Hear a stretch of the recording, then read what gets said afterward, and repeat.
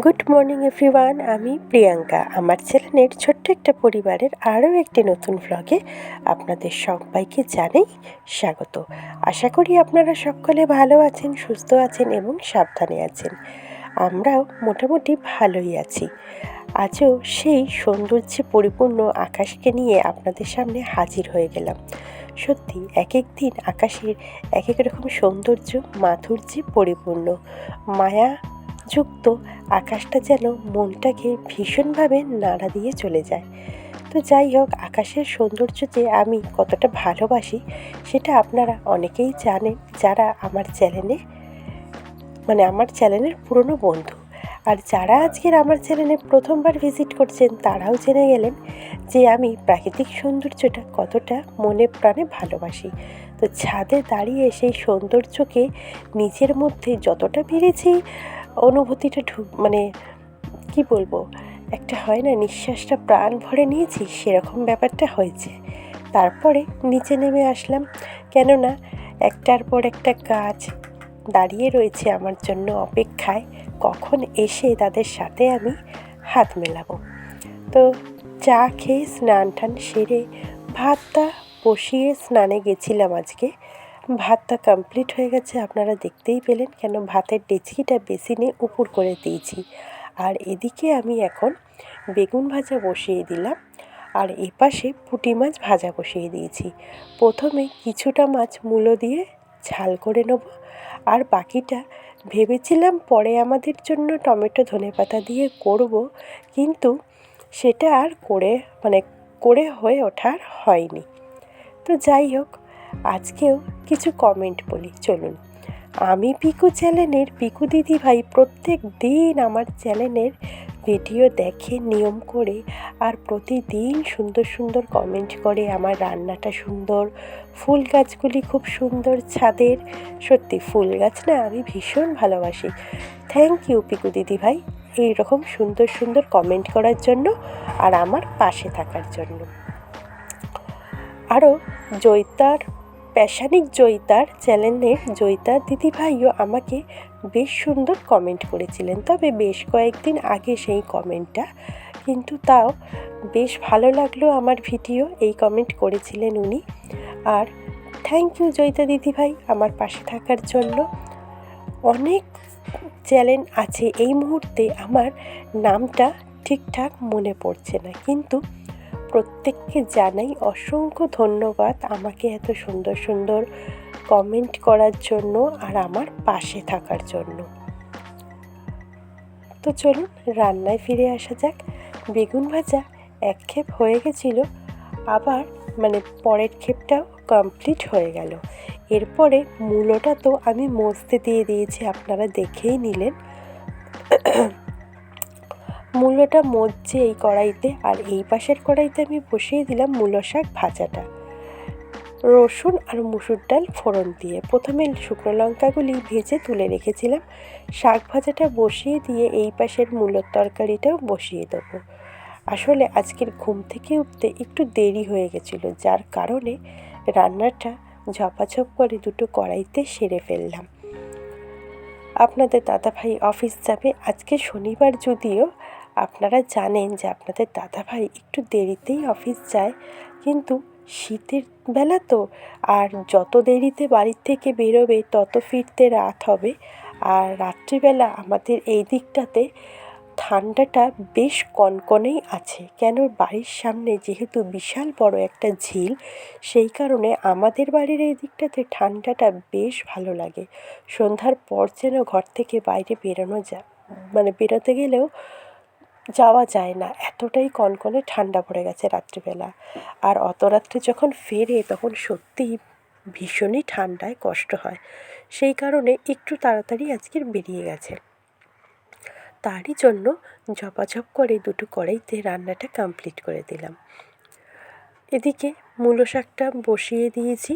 মূলো শাক হতে আমরা সবাই জানি একটু সময় লাগে, কেন মূলো শাকটা অন্যান্য শাকের মতন সফট বা মোলায়েম না, একটু খসখসে, একটু রুক্ষ মতন, তাই তাকে বাগে আনতেও সময় লাগে। আসলে হাতের 5টা আঙুল যেরকম সমান নয়, সেরকম শাকসবজির মধ্যে বা বিভিন্ন মানুষের মধ্যেও তো সেরকম তফাৎ আছে, সবাই তো আর সমান প্রকৃতির না। কোনো শাক তাড়াতাড়ি হয়ে যায়, কোনো শাক করতে দেরি লাগে, এই হচ্ছে ব্যাপার। তবে বুঝে সবাইকে সবটা সামলাতে হয়।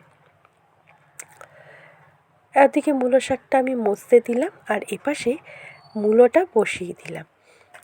এইদিকে মূলোটাতে তো পেঁয়াজ দিয়ে যেরকমভাবে লবণ মিষ্টি দিয়ে একটু মজতে দিই যাতে মূলোর মধ্যে লবণ আর মিষ্টিটা সমান পরিমাণে যায়। তারপরে ঢাকনাটা খুলে বেশ মূলোটা মজে গেছিলো, তার মধ্যে দিয়ে দিলাম হলুদ গুঁড়ো, লঙ্কার গুঁড়ো আর ভেজে রাখা পুঁটি মাছও কিছুটা দিয়েছি। দিয়ে বেশ একটু জল দিয়ে খানিকক্ষণ নেড়েচেড়ে জলটা অ্যাড করে দিলাম। কিছুক্ষণ ঢাকার পরে মূলোটা যেহেতু আগেই সিদ্ধটা হয়ে গেছিলো তাই বেশিটা জল দিইনি। অল্প একটু জল দিতেই দেখুন ধনেপাতা ছড়িয়ে দিলাম আর ফুটে যেতেই মূলোর তরকারিটা আমার হয়ে গেল, পুঁটি মাছ দিয়ে মূলো দিয়ে ঝাল। আর এপাশে এখন মূলো শাকের মধ্যে আমি শুকনো লঙ্কাটা হাত দিয়ে ভেঙে গড়িয়ে দিচ্ছি। শুকনো লঙ্কাটা দিয়ে দিলেই আমার মূলো শাকটা হয়ে যাবে। আর একটু নেড়ে চেড়ে কিছুক্ষণ রাখবো, তারপরেই মূলো শাকটা আমার কমপ্লিট হয়ে যাবে। আর বেগুন ভাজাটাও হয়ে গেছে। আপনাদের দাদাভাই মোটামুটি এইটা দিয়েই ভাত নিয়ে চলে যাবে। পরে শুধু আমি আমাদের জন্য ফুলকপির তরকারি করলাম। আর মেয়েদেরকে জিজ্ঞেস করলাম তোরা কি মাছের ঝাল খাবি? ওরা বলল না, মাছের ঝাল আর করতে হবে না, মাছ ভাজাই থাক। তাই আমার একার জন্য আর মাছের ঝাল রান্না করলাম না। আমিও 2-4টে মাছ ভাজা খেয়ে নিয়েছি। আপনারা সবাই জানেন বা আমরাও নিজেদের জন্য করার মতন মানে কী বলবো, যে ওই হয় না, বাড়িতে যদি 5টা লোক 5 রকমের খায় তাহলে দেখবে তাদেরটা করে দিলেই নিজের জন্য আর কিন্তু কিছু করা হয় না। সে যতই কী বলবো, যাই হোক না কেন, ওদেরটা তো হয়ে গেল কমপ্লিট, আবার আমার একার জন্য মাছের ঝাল করব, সেই কারণে আর করলাম না। আর ভালোও লাগছিল না করতে, বেলাও হয়ে গেছিলো অনেকটা বলতে যখন আমি ফুলকপির তরকারিটা বসাই তখন বাজে 10:30, 11:45 মতন। তো তরকারিটা করেই রেখে দিলাম। আর শীতকালে দেখবেন এত রকমের সবজিপাতি থাকে, এক্সট্রা করে আর অন্য কিছু করতে লাগে না। ফুলকপি, বাঁধাকপি, বিট, গাজর, বিনস বাজারে গেলে রকমারি সবজিতে পরিপূর্ণ থাকে। তবে মেয়েদের এখন পরীক্ষা শেষ, পড়ার আন্টিদেরও এখন ছুটি আপাতত। আবার মানে জানুয়ারি মাস থেকেই মেন পড়া আবার চালু হয়ে যাবে। তাও বাড়িতে একটু প্র্যাকটিস করানো। এখন তাদের বায়না হচ্ছে তাদেরকে কোথাও ঘুরতে নিয়ে যেতে হবে। দেখা যাক কোথায় যাওয়া হয়। তবে আমি এদিকে এখন ফুলকপিটা বসিয়ে দিলাম। শীতের কপি যেহেতু সিজনের কপি এখন এগুলি, সেই কারণে আর রসুনটা দিলাম না। আমি আগের দিনও বাঁধাকপি রান্নাতে একই কথা বলেছিলাম, সিজনের কপিতে আমি রসুনটা দিই না, আদা জিরে বাটা দিয়েই করি। নিরামিষ তরকারিটা খেতে বেশ কিন্তু ভালো লাগে। আদা জিরে শুকনো লঙ্কা বাটা, টমেটো, লবণ আর একটু জল দিয়ে মশলাটাকে ঢেকে দিলাম। এদিকে একটু ভাজাও হয়ে গেল, টমেটোটা মেল্টও হয়ে গেল। এক কাজে দুই কাজ। বিয়ের আগে আমি কিচ্ছু রান্নাবান্না করতে পারতাম না, এমনকি আলু কীভাবে ছাড়াতে হয় সেটাও পারতাম না। আর এখন হরেক রকম রান্না করে আমার রান্নাঘরে ভর্তি করে রাখি, বিভিন্ন রকমের রান্না করে। একটু একটু করে সফলতা পেয়েছি রান্নায়। সফলতা তো আর একদিনে আসে না, অনেক পরিশ্রম করে তবেই সফলতাকে হাতের মুঠোয় আনা যায়। সেটা কাজের ক্ষেত্রে হোক, ব্যবসার ক্ষেত্রে হোক, বাড়ির কাজ হোক, রান্নাবান্না হোক, যাই হোক না কেন, আমরা কিন্তু নিপুণ কাজে পরিপূর্ণ দক্ষ নিয়ে জন্মগ্রহণ করি না। সবাইকেই কিন্তু আস্তে আস্তে কাজ শিখে নিতে হয়। সেটা লেখাপড়ার দিক দিয়েই হোক, রান্নাবান্না হোক, যাই হোক না কেন। তো সেই শেখার মধ্যেও কিন্তু ধৈর্য থাকতে হবে, না হলে কিন্তু আমরা কখনোই সেই সফলতাকে অর্জন করতে পারবো না। লক্ষ্য যদি স্থির না হয়, সফলতা তোমার জীবনে কিছুতেই আসবে না। সেটা পড়াশোনা হোক আর যে কোনো কাজের ক্ষেত্রেই হোক না কেন। তাই সবসময় আমাদের নিজেদের লক্ষ্যে স্থির থাকতে হবে যে এটা আমাকে করতেই হবে, তাহলেই দেখব আমরা সবাই ছোট থেকে বড় নির্বিশেষে আমরা কিন্তু সেই লক্ষ্যে পৌঁছে যাব। তো আমি আপনাদেরকে বলেছিলাম আগামীকাল রাতে আমি পনিরের তরকারি করেছিলাম, তো চলুন সেটা এখন শেয়ার করে ফেলি। সত্যি কথা বলতে পনিরের রেসিপিটার কি নাম আমি জানি, একটু অন্যরকমভাবে পনিরের তরকারিটা করার চেষ্টা করেছি। পনিরগুলি প্রথমে হালকা করে ভেজে নিয়ে গরম জল করে, গরম জলটা বলতে বেশ ফুটানো জল করে তার মধ্যে লবণ দিয়ে পনিরগুলিকে সেই জলের মধ্যে ভিজিয়ে রেখেছিলাম। আর এদিকে আমি বড় বড় করে কেটে রাখা পেঁয়াজ, রসুন, আদা, কাঁচা লঙ্কা, টমেটো পনিরটা ভেজে রেখে তুলে নিয়েছিলাম যেই তেলে, সেই তেলেই ভালো করে ব্রাউন করে ভেজে নিয়েছিলাম। পনিরটা দেখুন আমি একদম হালকা করে ভেজেছি। এরপরে ফুটানো জলে দিয়ে দিলাম 1 চামচ মতন লবণ। এতে না পনিরটা বেশ সফট হয়। এটা যে কোনো পনিরের ক্ষেত্রেই রান্না করলে পরে, মানে পনির রান্না করলে পরে যে কোনো আইটেম হোক না না কেন, পনির ভেজে যদি গরম জলে এইভাবে তুলে রেখে ভিজিয়ে রাখা হয় তাহলে পনিরটা একদম সফট থাকে। তো পনিরগুলি আমি তুলে নিলাম। আর ওই যে বললাম বড় বড় করে কেটে রেখেছিলাম পেঁয়াজ, আদা, রসুন, কাঁচা লঙ্কাটা কাটিনি, কাঁচা লঙ্কাটা গোটাই দিয়েছি। এবার ঝালটা আপনারা আপনাদের মতন খাবেন। আর এপাশে 2খানা টমেটো নিয়েছি যাতে গ্রেভিটা বেশ ভালো হয়। এইবারে এই তেলের মধ্যেই এগুলিকে ভালো করে ভেজে নেব। বেশ একটু লাল করেই ভেজে নিয়েছিলাম। আর ভাজার সময় দিয়ে দিয়েছিলাম সামান্য একটু লবণ। আর ওদিকে একটু গরম জল করে কাজু বাদাম ভিজিয়ে রেখেছিলাম। গরম জলে কাজু বাদামটা ভেজালে পরে দেখবেন চটজলদি কাজু বাদামটা বেশ মিহি হয়ে বাটা হয়ে যায়। তাই আমি যে কোনো রান্নায় কাজু বাদাম দিলে পরে কাজু বাদামটাকে একটু গরম জলেই ভিজিয়ে রাখি। তো যাই হোক, ওদিকে কাজু বাদামটা কিন্তু আমি পরে বাটবো। প্রথমে এই যে মশলাটাকে ভাজলাম একটুখানি ঠান্ডা করে নিয়ে মিক্সির মধ্যে বেশ ভালো করে সামান্য একটু জল অ্যাড করে মশলাটাকে মিহি করে বেটে নেব। আসলে একটু অন্যরকম পনিরটা করার চেষ্টা করলাম, যেহেতু রাত্রেবেলা পনিরটা খাওয়া হবে পরোটা দিয়ে।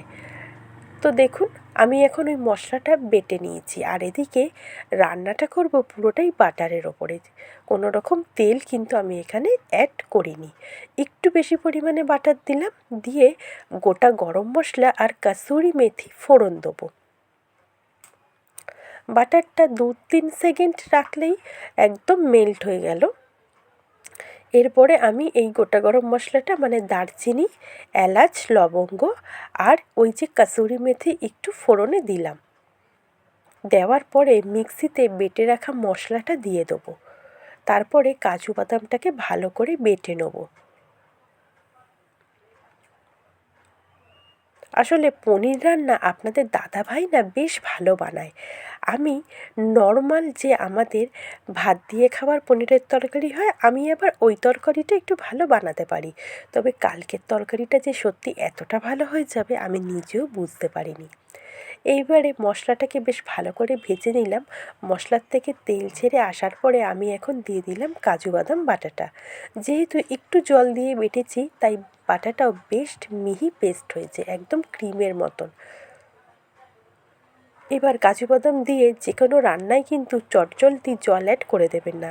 কাজু বাদামটাকেও বেশ ভালো করে কিন্তু ভাজা ভাজা করবেন যাতে বাদামের তেলটা মশলা থেকে একদম ছেড়ে আসে। এরপরে আমি পরিমাণ মতন লবণ আর চিনিটা অ্যাড করে দিলাম, দিয়ে এইবার ভালো করে ভাজা ভাজা করব। তরকারিটা কিন্তু একটু সাদা ধরনেরই হয়েছিল, কেন এখানে তো আমি কোনো হলুদ গুঁড়ো বা লঙ্কার গুঁড়ো ইউজ করিনি, সেই কারণে। এখন একটু টক দই পেস্ট করে নেবো। আর দেখুন মশলাটা এরকম হয়েছিল, বেশ সুন্দর স্মেল ছাড়ছিল কিন্তু।